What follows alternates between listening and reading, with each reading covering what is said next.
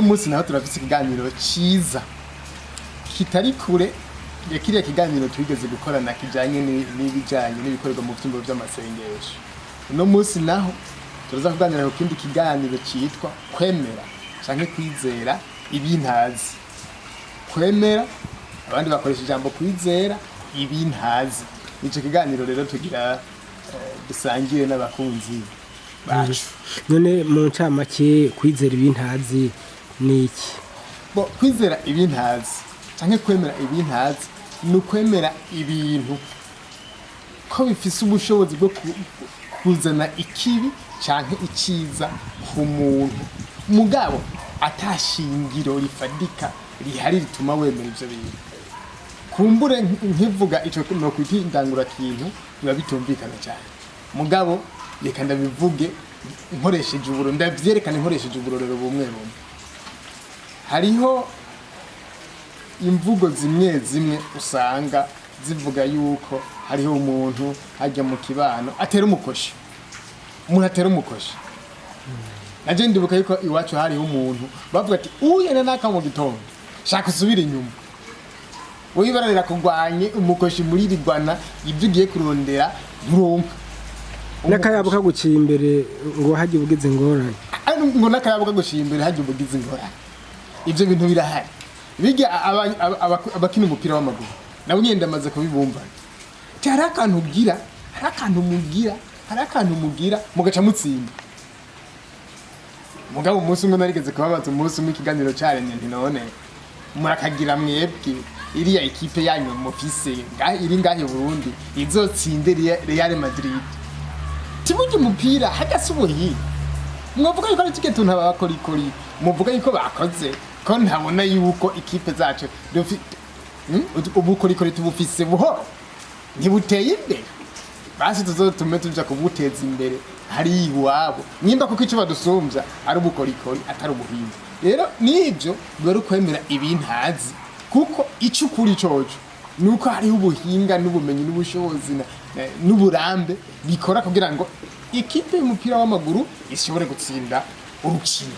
Sutuntu abantu bakorera hiyo mugabo abantu mu mitwe baravyemera.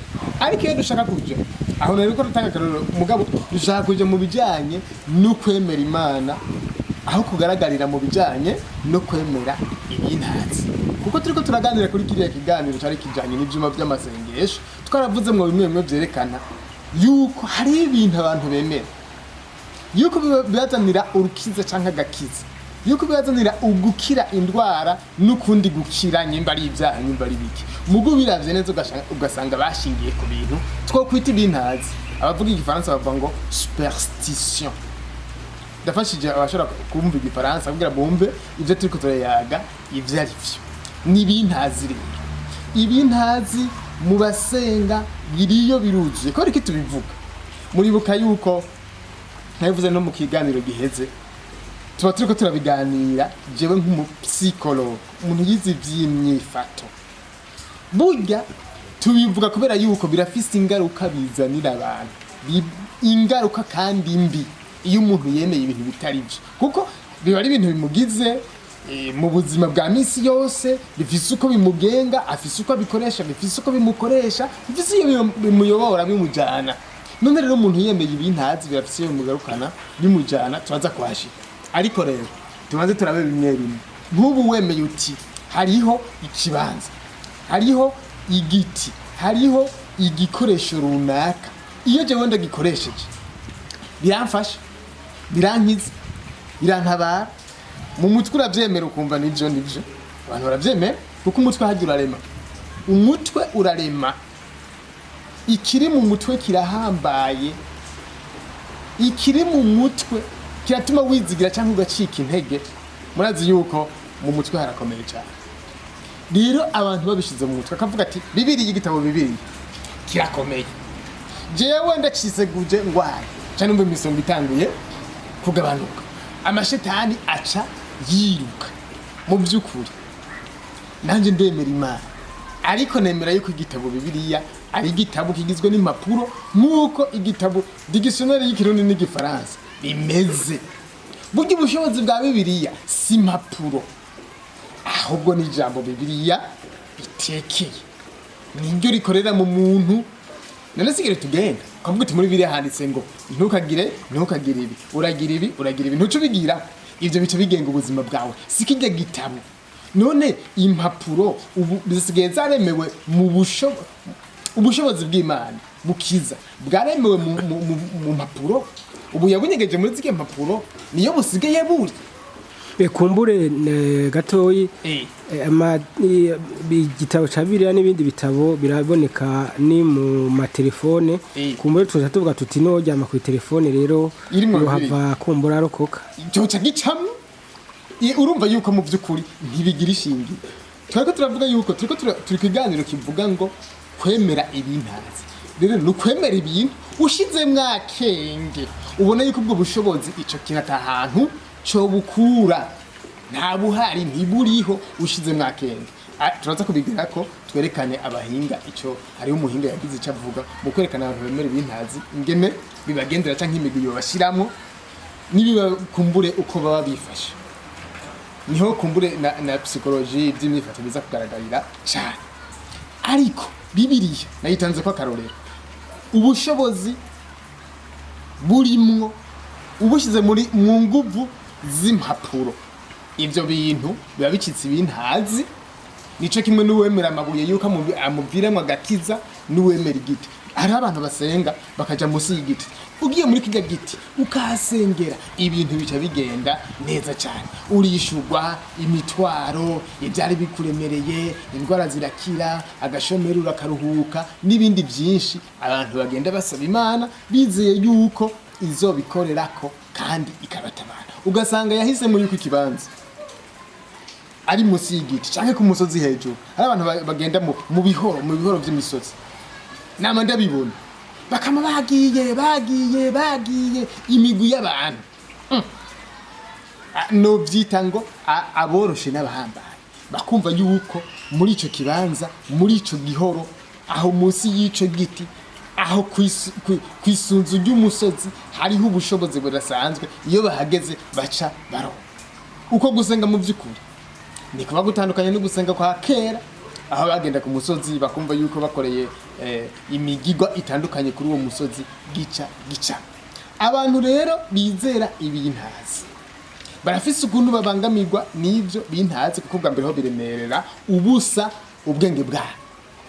Hanyuma birafise uko usanga byaratunganije ubwenge bwabo bigasigara ari byo bibagenga.